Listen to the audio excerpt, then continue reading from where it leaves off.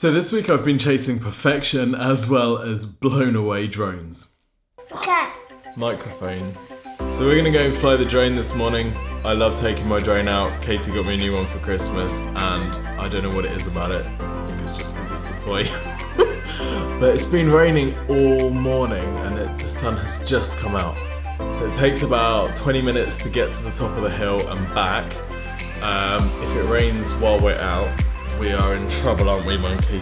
But I think we'll be alright, so we're gonna give it a go.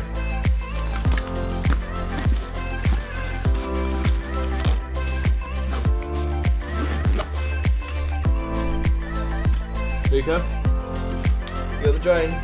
Whew, so I got everything loaded up. This has moved into the realm of full-on endurance sport. I'm gonna take the whole vlogging camera as well, which is not small. Check it out.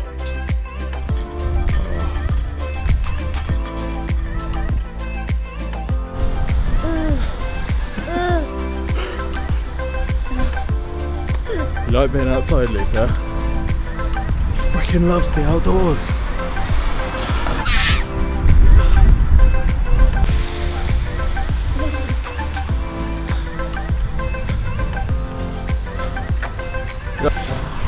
So it's now raining and really windy, and I think we're about to get caught in a massive shower. This was a dreadful, dreadful idea. I had no hope of success. So we've made it to drone field, but it's really windy and it's about to rain.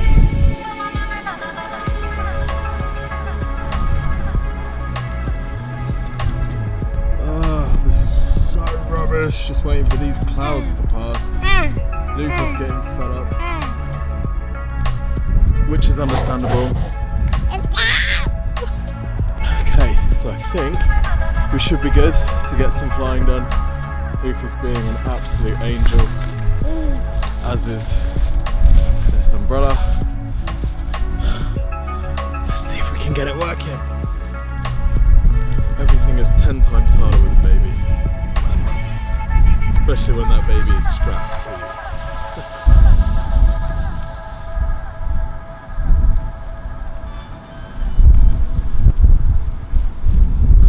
I don't know if it'll even fly in this wind.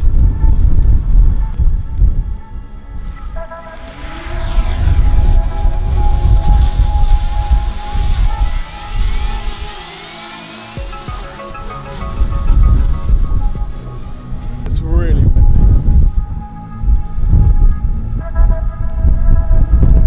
It's so windy. I'll see how high we can get. It can't actually get back to me. The wind is so strong, the drone can't reach me. Aim of the game is basically getting it back home. This is a nightmare. So now I've got the low battery indicator.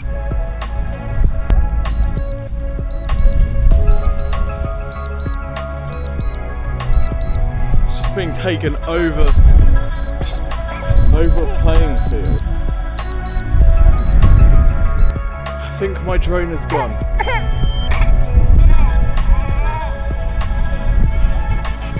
This is a full-on disaster. Luca's unhappy, I'm unhappy. Let's go. So, basically just wandering through fields. We've reached the edge of the field that we're flying in. Before we lost contact, I saw it flying over this kind of scrubland. Okay, so we're reaching the end of the scrubland. I don't know if there's any point of going on really. The wind is so strong here. There's no way it would have landed, so I'm gonna have to give up. So, on my drone hunt, I've basically walked about 2 miles so far trying to find it. There's no way I can find it. I'm gonna have to give up. I'm in so much pain. Luca's loving life because he can see the Pelican crossing and he likes the lights. can't believe we're almost home. This has been epic and a complete disaster.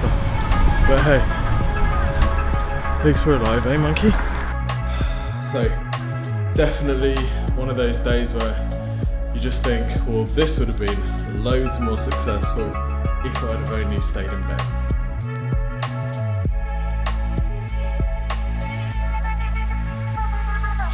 So I've decided to make some Facebook ads to target people in the area where the drone was lost to see if anyone can find it. I'm prepared to get quite a lot of feedback about flying a drone in such strong winds, so I'm totally prepared for that. I've got my audience targeted, might as well give it a go.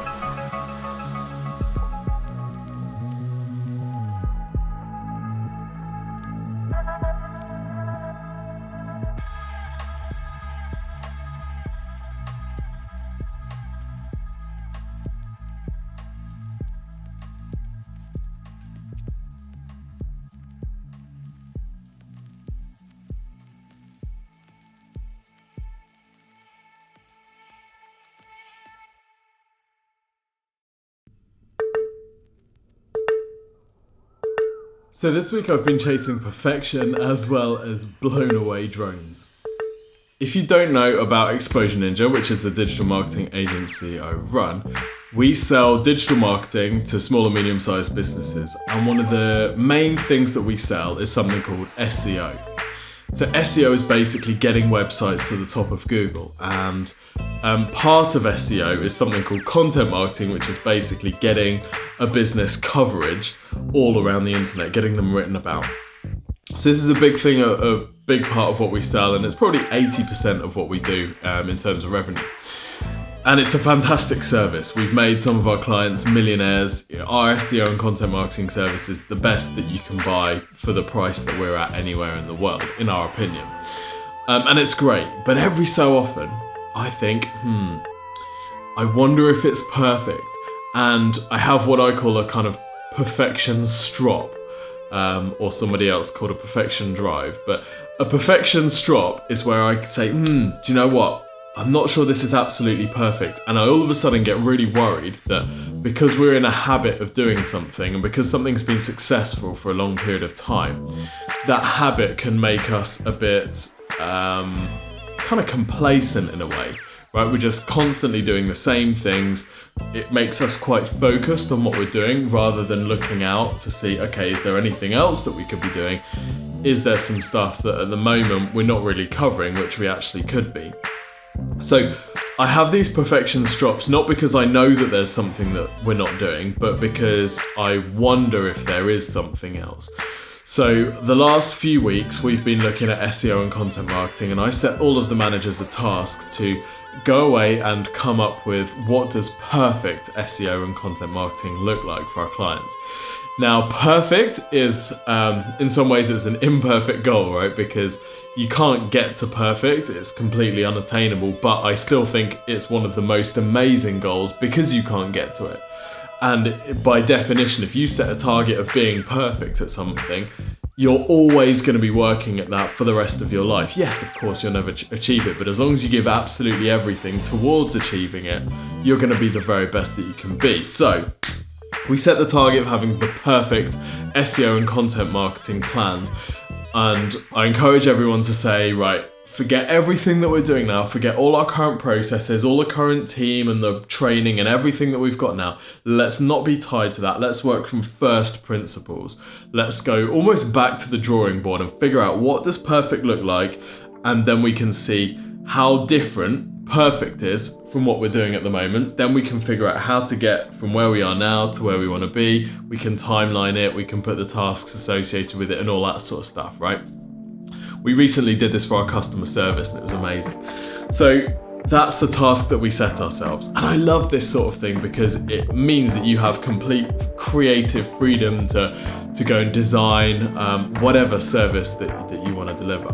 When I approach something like this, I always start from what does perfect look like for the customer, right? So for the client, what's the marketing plan that they'd want to see which would say, wow, that is absolutely perfect for our business. If we start from the customer and what they absolutely want, and then we figure out how to deliver that, we stand a much better chance of getting traction with them. I know, and I realized this from doing the website reviews for, between say 2013 to 2015, I did probably, 1,000 reviews of businesses and their websites. In fact, probably more, probably 2,000. And one of the things I realized during that process, seeing the successful businesses and the unsuccessful ones and what the difference was that the successful ones tended to start from what's a problem in the market that I can solve, rather than what's my idea or what have I already got which I can sell. And even if you watch something like Dragon's Den, the most successful businesses, the ones that get investments, will be ones that are solving a problem which is generally accepted in the market. The ones that are unsuccessful are the ones that have decided, I want to go into the restaurant business, what can I do? Right, so they're kind of going from where do I want to be, what do I want to do first, and then trying to figure out how can we sell it. So they're kind of going in it completely the opposite way.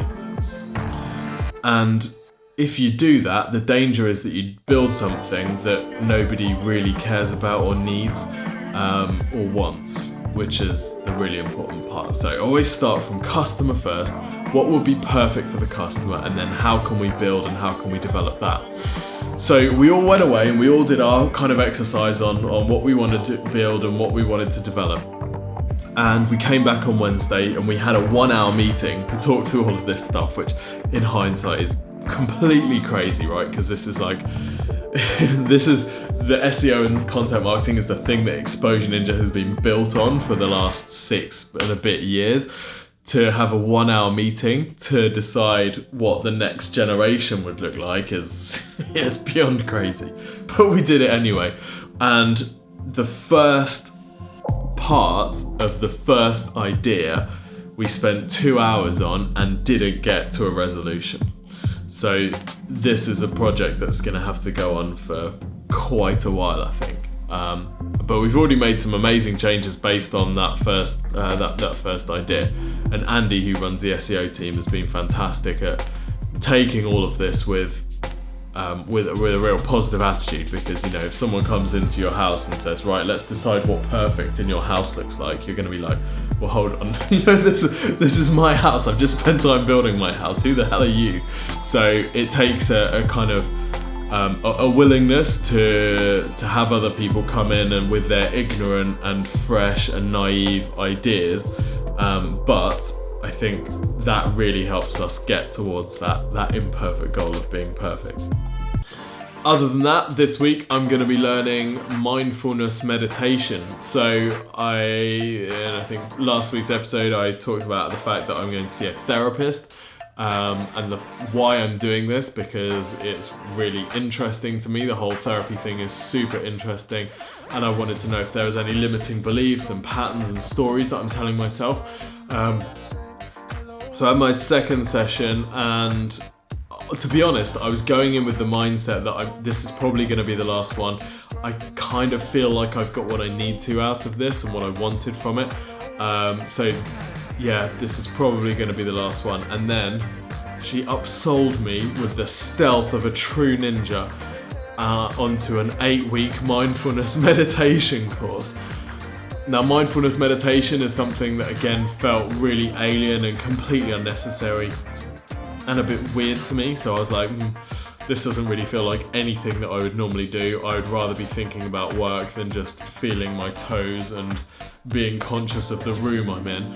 So therefore, there's probably some stuff I can learn from this, because it's so far away from how I think that let's see what it's all about. So she managed to upsell me onto an 8-week course. So I might take you along with me, depending on how brave I'm feeling, but I think that could be quite interesting. So there's that. And then drone, hopefully the drone turns up. We've got the Facebook ads and Instagram ads out. It's starting to get some responses and some people sharing them. So fingers crossed it shows up. I'll probably go to the police station and see if anyone's handed it in. and hopefully it hasn't like smashed someone's window or something, but it shouldn't, right? It's got this, when the battery goes low, it starts landing itself, and it's got like object sensing as well, so it wouldn't just like smash into someone's house or try and land on someone's moving car or anything. It's got object sensing, so it would be a little bit more clever than that about it. So hopefully it's just landed in someone's garden, they've picked it up, they're like nursing it better. It's snowing outside. Cheers Donald Trump, snowing in March. So yeah, hopefully it survives. If I get it back, awesome. I think I'm most interested to see the video of it kind of going on its journey and getting completely lost. I think that would be super interesting. But if I don't get it back, then that was an expensive morning. Have a good week and see you soon.